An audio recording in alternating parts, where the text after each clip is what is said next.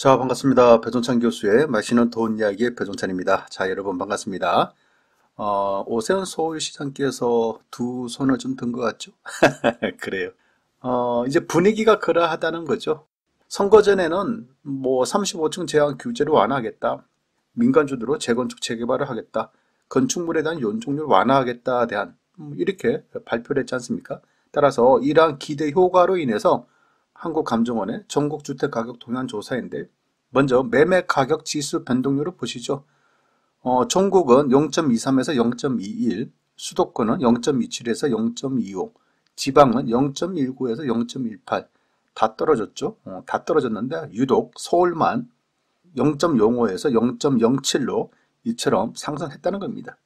이는 세부담 강화, 공급 대책 영향 등으로 대체로 간망세를 보였지만 강남권은 특히 압구정이나 잠시 등이 있겠죠. 그리고 노원, 영등포 등 최근 규제 완화 기대 지역 위주로 상승하여 상승폭을 확대했다는 겁니다. 강남 11개의 구를 좀 살펴보면 첫 번째 강남 4구인데 규제 완화 기대감이 커지며 주요 건축물 위주로 매물 회수되거나 호가 높아지는 가운데 송파구는 잠실, 가락동 재건축 위주로, 강남구는 압구정 등 재건축 위주로, 서초구는 서초, 방배동 등 위주로, 강동구는 명일동 위주로 상승했다는 거죠. 여기서의 핵심은 재건축 위주로 매물이 회수됐다. 호가가 높아졌다.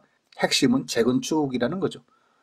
그리고 강남 4구 이외에는요, 동작구는 노량진, 사당동 등 구축 위주로, 양천구는 목동 위주로, 영등포구는 여의도동 등 재건축 위주로 상승했다는 거죠.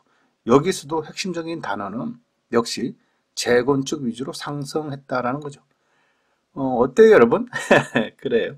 우리가 앞선 그 방송들을 통해서도 늘 말씀드렸잖아요. 이제 오세훈 시장이 선거 공약이 그러함으로 이제 서울 쪽에 있는 강남 재건축 아파트들 가격 호가가 상승할 것이다. 이렇게 늘 말씀드린 거고요. 어떻게 보면 누구나 다 예상을 했겠죠.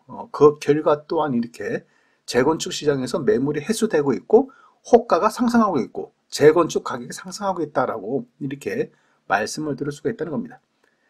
이러하니까 서울 아파트 가격이 오세훈 시장의 재개발, 재건축, 규제 완화 기대감으로 가격 예치처럼 꿈틀꿈틀 그리고 있지 않습니까?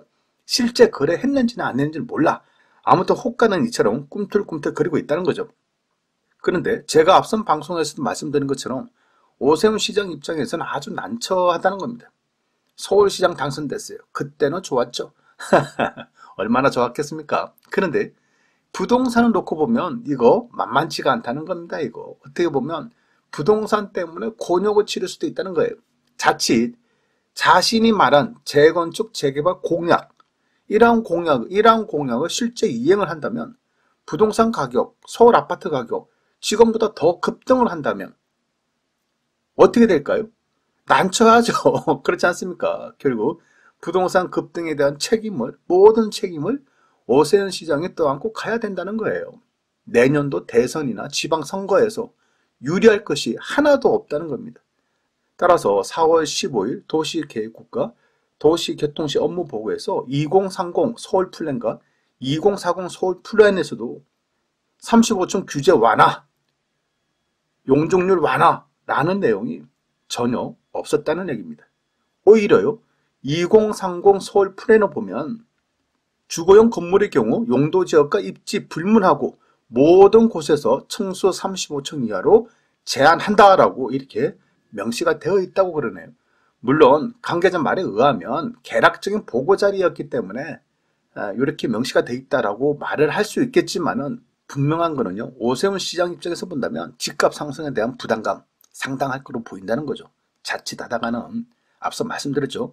부동산 문제로 잡은 서울시장, 부산시장 자리를 이제는 서울 재건축 아파트의 가격 급등을 초래할 경우에는 또다시 부동산 문제가 또다시 커질 경우에는 내년도 대통령 선거와 지방선거, 서울시장 선거에서 패배를 한다면 어때요, 여러분?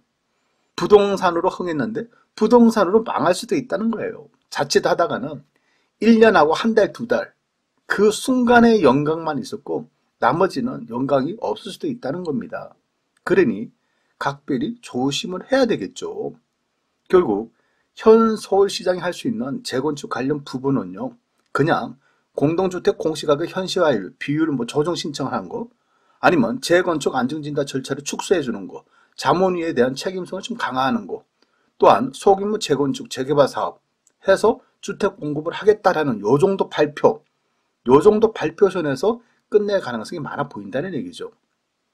그러하니 선거 공약은 역시 공약일 뿐일 가능성이 많고요. 재건축 아파트들의 호가 상승, 호가는 호가일 뿐일 가능성도 많다라고 볼 수 있겠죠.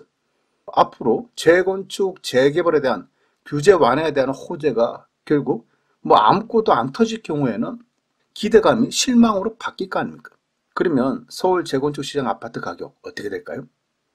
서서히 진정되지 않을까요? 아무튼 제일 중요한 거, 오세훈 시장 또한 지금의 서울 강남, 서울 재건축 아파트들의 가격 급등 원하지 않는다. 요게 핵심이지 않을까요? 이상까지 배종찬 교수의 맛있는 도움 이야기였습니다. 감사합니다.